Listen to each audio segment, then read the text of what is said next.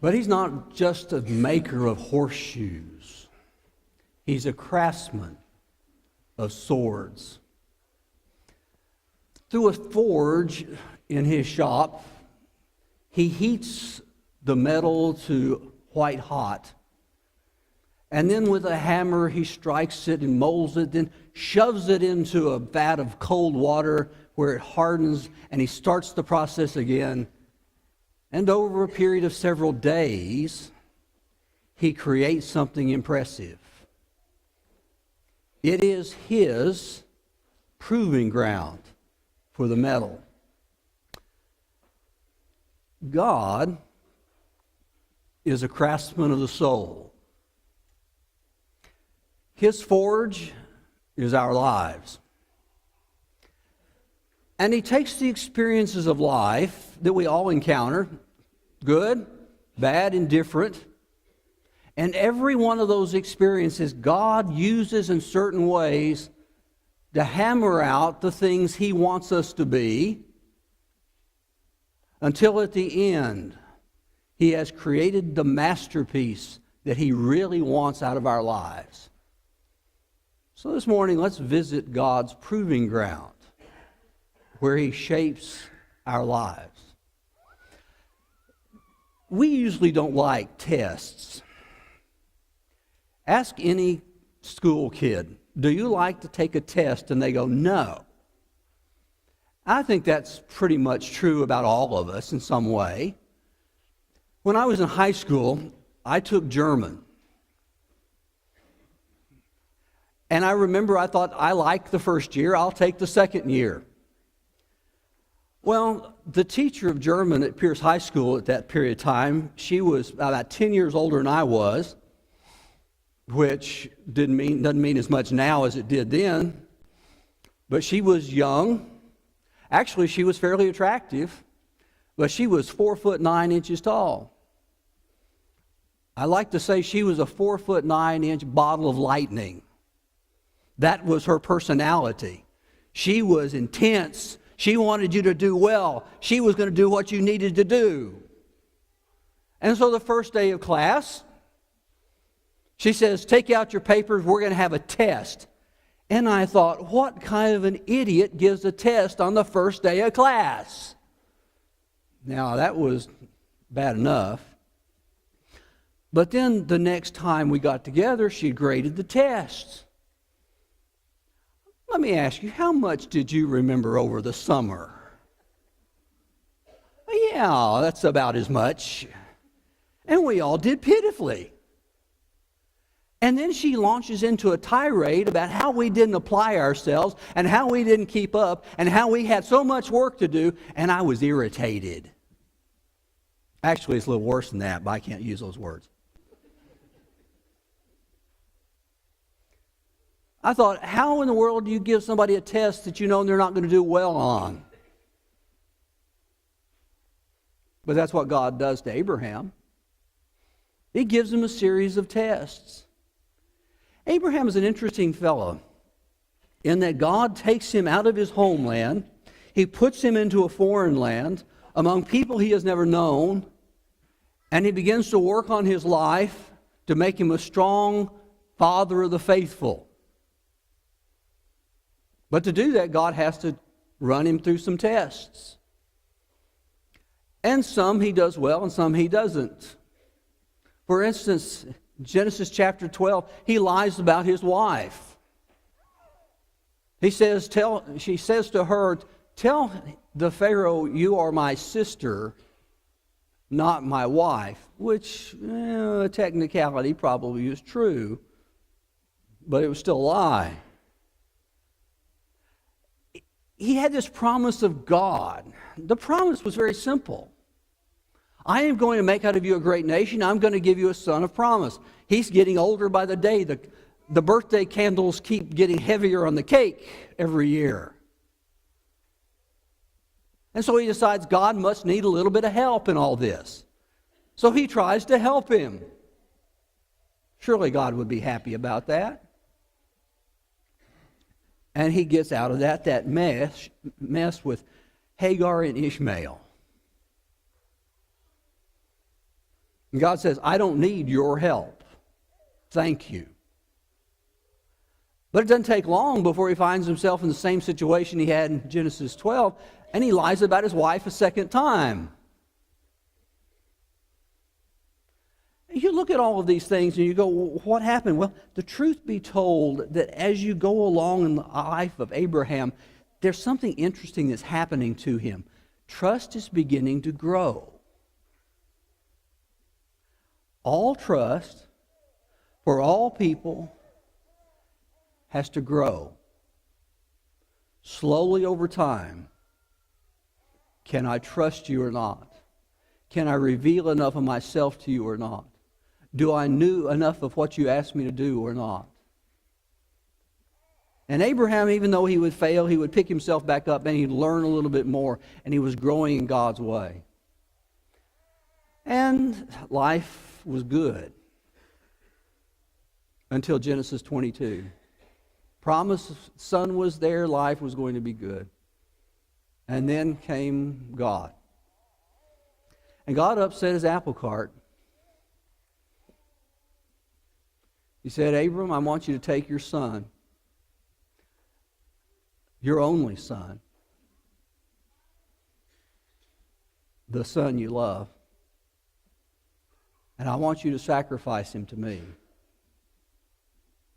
Listen to those words. Your son, your only son, the son that you love.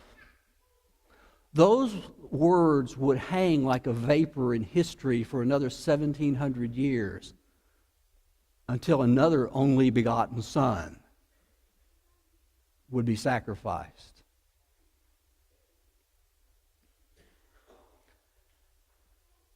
What would you do? All of us who are parents have an answer to this question. We know what our children mean to us. We know we would give our lives for our children. We know that. They are the most precious thing we have. And to be asked to say, at your own hand, you need to kill them. I can almost imagine Abraham here saying to himself, because I think I would, Lord, have I not done enough? I left my home. I left my family. I live in this tent. I don't own any property. What more can I do for you? And this is not going to be it, because this is my line in the sand, and I'm not going to do this. Wouldn't you do that? Wouldn't be that's your feeling? I'll do anything but that. Perhaps one of the most marvelous statements in Scripture, it says that early the next morning. Don't you think you would have procrastinated that trip? You would have rearranged the pencils on your desk if you had to, because they're not right yet. You still have to go get something for your journey. It was just not complete. The weather would not be right. It would be too hot. It would be too cold. It would be too humid. It would be too dry. Whatever it would be, we would procrastinate this to death. For Abraham, as early the next morning, he got up and loaded the donkey. And he took the servants with him. And there he had his son Isaac. He had the wood. And he had the fire. Then there came all these questions. And every question must have been a dagger in the heart of Abraham. Every time it was asked of him, Father, I don't understand. You got the fire, you got the wood, you got the knife. Where's the offering? Oh, the lump that must have formed in the throat of Abraham when he heard that question. And his only answer could be, the Lord will provide. The whole time knowing the Lord had already provided.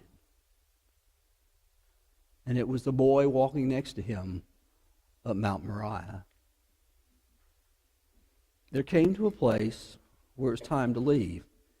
The whole time with these questions, Abraham is trying to figure this out. And the Hebrew writer tells us, he said, he must have reasoned it out that somehow God could raise his son from the dead and he would receive him back. Pause for a moment. How many people had ever been raised from the dead in the life experience of Abraham? It would be 800 years before Elijah would go to Zarephath and raise a widow's son. This was not even a remote possibility, but maybe God would do this for us. The moment came. The altar was built. The wood was placed. Suddenly, Isaac finds his hands bound in rope and his feet bound in rope, thrown over onto this altar. And there must have been those questions in his mind. What are you doing to me? What do you plan to do? Don't you love me? What's going on here? And Abraham raised the knife.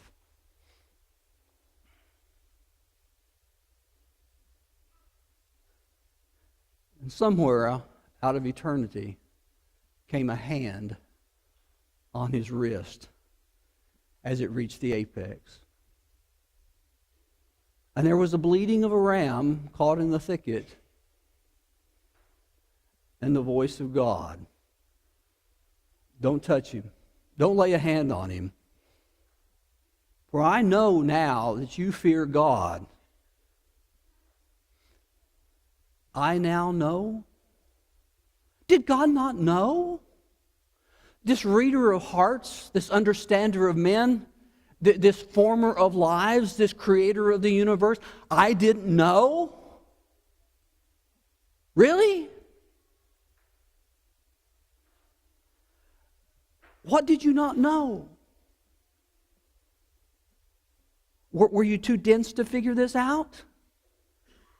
Or are you just toying with him like all those pagan gods would with their people? What would you do? You have not withheld from your son, from me. Did God need proof? God had plenty of proof, but the truth is, God did not need the proof, but Abraham needed the proving. He needed that one little part of life that when you finally come to the end and you say, I don't know if I can do this one thing, will you do that one thing? That is what faith brings you to. It's that part that Abraham has to be proved in. It's not God that's the problem. It's Abraham. Will you do the thing you will not do because I've asked you to do that one thing?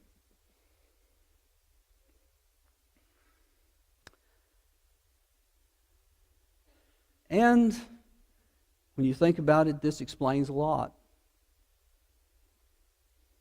It explains every hospital bed we lie in, every pink slip we get in a recession, every heartache we have when we see our children struggle,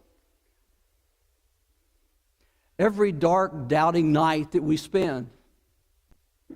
Because we always ask the question, God, why won't you do something to stop this? Where are you when I need you? I'm in pain. Can't we make this easy? Why can't you take this burden off my back? Why do I have to go through all of this?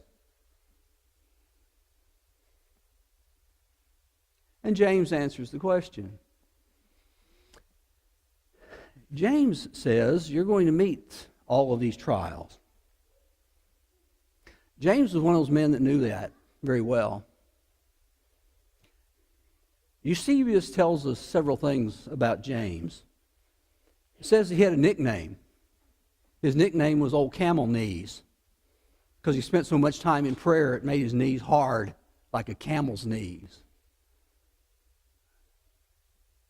And in the siege of Jerusalem in 70 AD, it said that the Jews had so blamed the Christians for their plight, that they took him to the pinnacle of the temple and they threw him off to his death. He knew about trial. He said, you're going to face these many multitude trials in your life. Some are easy, some are hard. Some cause misery, some just cause consternation. But we all face them. Every last one of us in this room. If you will sort your life in the last 7 days, you can find a trial. Without exception. He says, let me tell you what trial does. The same thing that Abraham found. Trial produces perseverance. Really a bad word here. We don't really know how to translate it well. It's the word that describes why the cactus survives in the wilderness.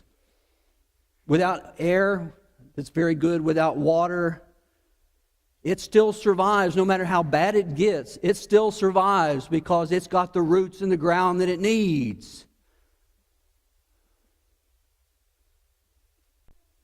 God says when trial comes, it puts the roots in your life that you need, because there are days that you need every root you got. And if you don't have those, you don't survive. He says, and when that happens, you can go on to the end. You can become mature. You can lack nothing. But the funny part about this passage is how he starts it. Consider it pure joy. Joy? In trial? Really? You have to be a masochist to believe that. I love pain. Just get me again. Turn the voltage up this time. I've got to feel it really good. Really? We don't do that. We don't rejoice in suffering. We don't rejoice in trial. We anguish in it, but we don't rejoice in it. But you can if you do one thing. You can rejoice in trial when you remember what it's doing for you and not what it's doing to you.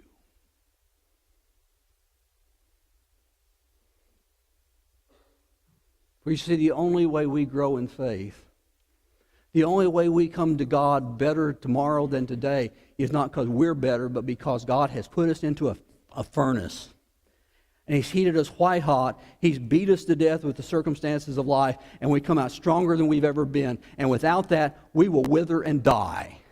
It's a simple process. But it sure is hard to live through. Remember something. God didn't need the proof from Abraham, but Abraham needed the proving from God. And in our lives, God doesn't need the proof of our faith, but we need the proving of our faith from God. Because all of those things will lead us to a spot where every time we struggle a little bit with our faith, every time we struggle with the problems of life, and we say, I believe in God, God says, really? Do you? Or He says, have you drawn a line in the sand here? And say, I have been able to obey you until now, but beyond this, I will not obey you again. I have had enough. I have had too much. I can't do this anymore. Or do you just say, God, I'll step over the line this one more time? And every time we come to a trial of life, every time there's a struggle, every time there's an illness, every time there's a death, every time there's a mental flaw, every time we have a problem with our children, with our neighbors, with our jobs, with ourselves,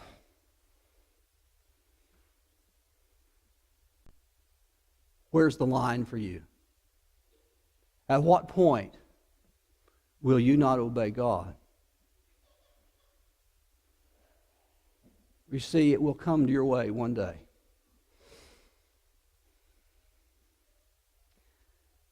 And we have to remember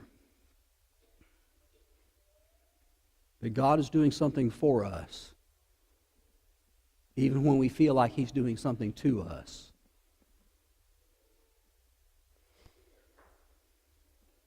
Maria is a cute little girl, or was.